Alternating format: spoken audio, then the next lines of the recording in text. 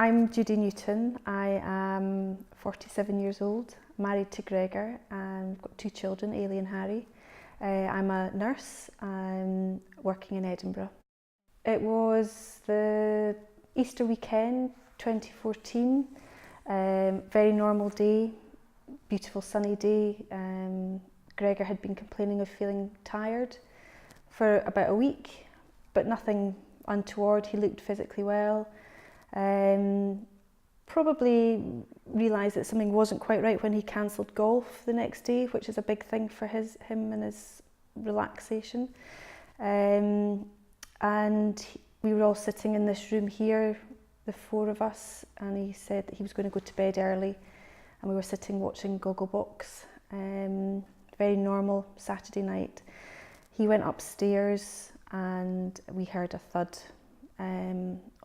on the floor above us. Luckily we were renovating our house at the time, so we didn't have carpets on the floor, so we could hear quite a loudish bang. Didn't think anything untoward, maybe thought he'd tripped, so didn't do very much really. And then maybe after a bit of time we realised that he hadn't said anything, or there was no call for help, so Harry went to look for his dad.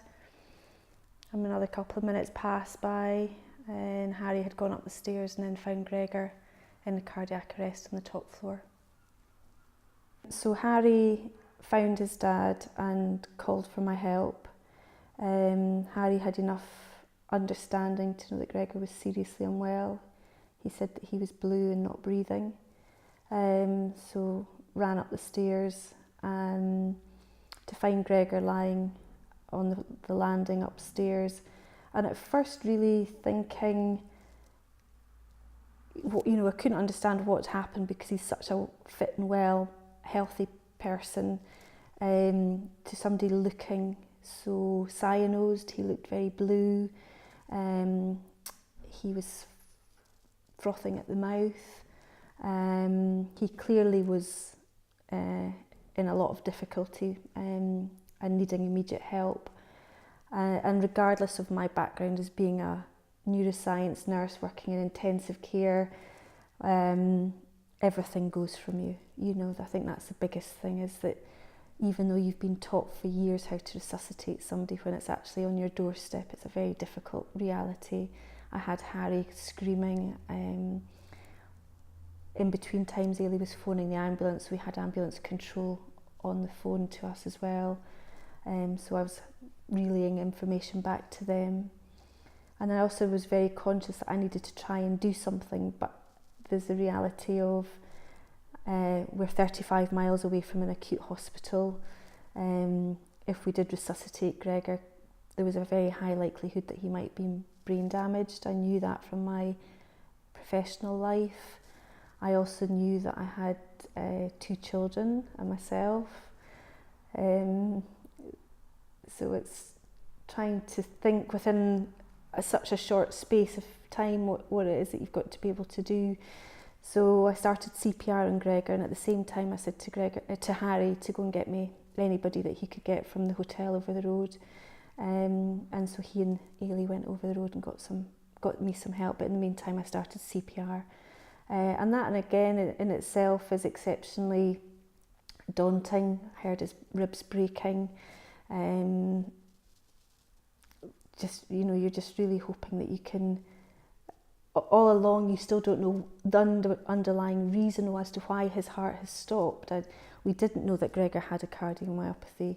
So there's all that underlying, what on earth can actually be wrong with him.